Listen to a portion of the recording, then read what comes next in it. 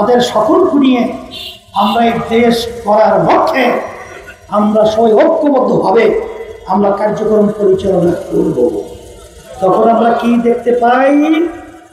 এক শ্রেণীর স্বার্থান্বেষী মহল, জাতির ইতিহাস আমাদের সামনে পরিষ্কার।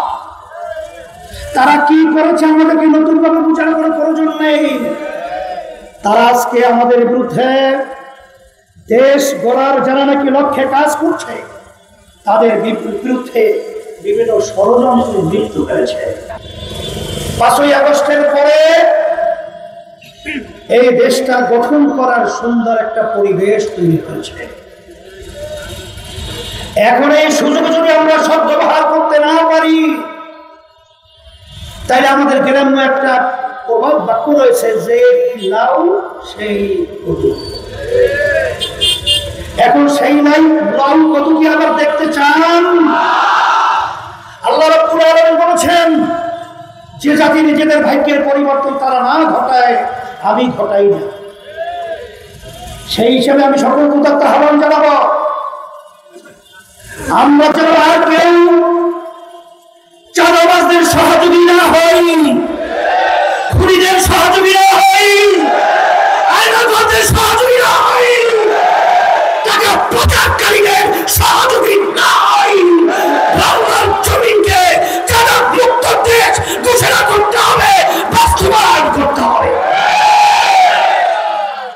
আজকে দিন দেশ সুন্দর করার লক্ষ্যে, মানবতার কল্যাণের জন্য, ইসলামের কল্যাণের জন্য যখন আমরা আওয়াজ তুলেছি যে 5ই আগস্টে এরপরে যে ক্ষেত্র তৈরি হয়েছে সেই ক্ষেত্র সুন্দর করা নীতি আদর্শের নাম হলো ইসলাম।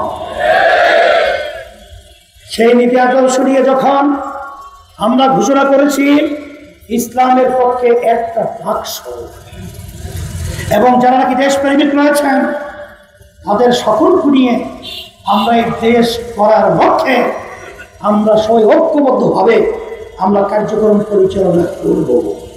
তখন আমরা কি দেখতে পাই? এক শ্রেণীর স্বার্থান্বেষী মহল, জাতির ইতিহাস আমাদের সামনে পরিষ্কার। তারা কি করেছে আমাদেরকে নতুনভাবে বোঝানো কোনো প্রয়োজন নেই।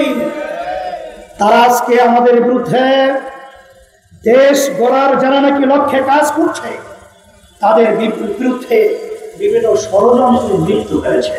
বাংলাদেশের মানুষ, ইসলাম প্রেমিক মানুষ এবং দেশপ্রেমিক মানুষ আজকে রাস্তায় সর্বত্র ঐক্যবদ্ধ হয়েছে। এদের তোড়ে, এদের আওয়াজে আজকে আল্লাহর রহমতে আপনাদের দোয়ায় এই চাঁদাবাজ, খুনি, টাকা পাচারকারীদেরকে বঙ্গোপসাগরে নিক্ষেপ করতে হবে।